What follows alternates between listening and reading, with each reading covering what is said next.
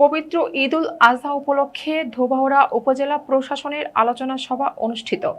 Staff reporter Mahbub Alam সরকারের প্রতিবেদনে দেখুন বিস্তারিত। ময়মনসিংহের ধোবাউড়া উপজেলায় আসন্ন পবিত্র ঈদুল আজহা 2026 উপলক্ষে নিত্য প্রয়োজনীয় দ্রব্যমূল্য স্থিতিশীল রাখা, জনসাধারণের নির্বিঘ্ন যাতায়াত নিশ্চিতকরণ ও আইন শৃঙ্খলা পরিস্থিতি স্বাভাবিক রাখতে উপজেলা প্রশাসনের উদ্যোগে এক আলোচনা সভা অনুষ্ঠিত হয়েছে।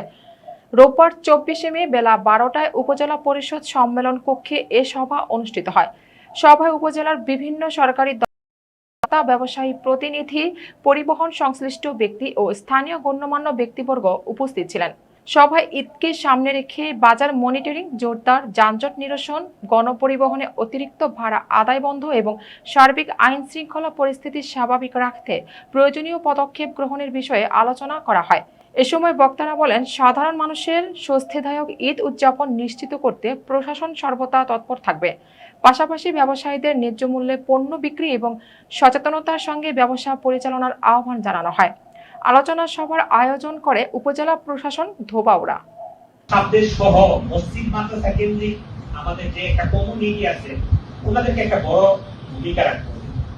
তারপরে হলো, আপনারা জানেন আমরা কালকে প্রায় 250 বস্তা লবণ আসছে, আমরা কিন্তু সবাইকে লবণ গুলো বিলি করে দিচ্ছি। অনেকে এখানে পেয়েছেন। আপনারা কিন্তু চামড়া কিন্তু ধোবাউড়াতে কোনো চামড়া কেউ পানিতে ফেলতে পারবে না, রাস্তায় পড়ে থাকতে পারবে না।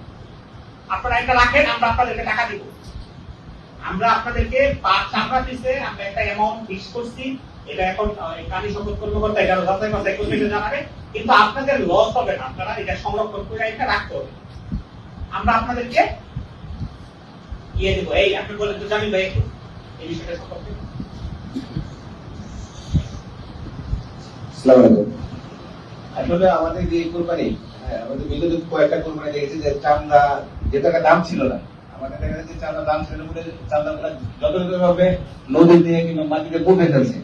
এই থেকে বিশেষ করে দেখা যাচ্ছে যে পরিবেশের ব্যবহার হতে আমরা কিন্তু একটা মূল্যবান জিনিস, হয়তো আমরা দাম পাই নাই, কিন্তু চামড়াটা একটা ভালো একটা মানে আমাদের সম্পদ, আমাদের বৈদেশিক সম্পদ অর্জনে খুবই গুরুত্বপূর্ণ ভূমিকা রাখে।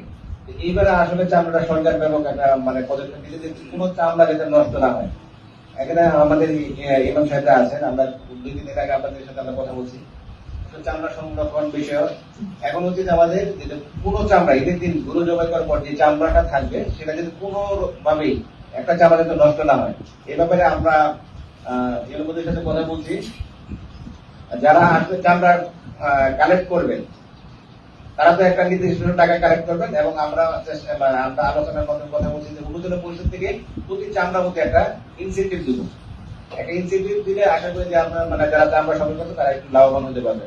তাহলে আমরা মানে প্রাথমিকভাবে যে আলোচনা মানে কথা বলছি যে সেটা প্রতি চামড়া প্রতি আমরা 50 টাকা করে ইনসেন্টিভ দিব প্রতি চামড়া।